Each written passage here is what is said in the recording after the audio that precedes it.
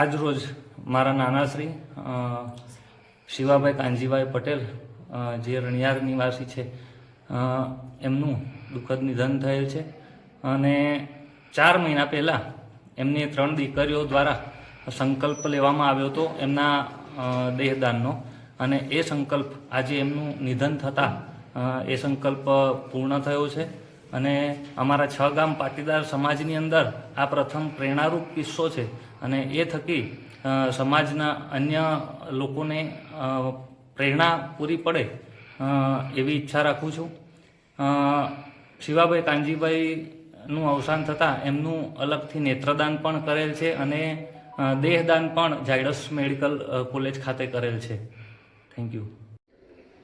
શિવાભાઈ કાનજીભાઈ પટેલના પરિવાર તરફથી હું શુભમ પટેલ. મને આજે જણાવતા ખૂબ આનંદ થાય છે કે શિવાભાઈ કાનજીભાઈ પટેલ અને ગીતાબેન શિવાભાઈ પટેલે આજથી 4 મહિના પહેલાં એક સંકલ્પ લીધો હતો, દેહદાનનો સંકલ્પ.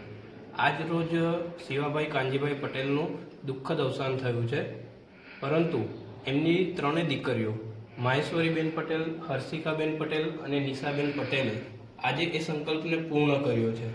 આજે એમણે શિવાભાઈ કાનજીભાઈ પટેલને ઝાયડસ મેડિકલ કોલેજમાં સોંપ્યા છે.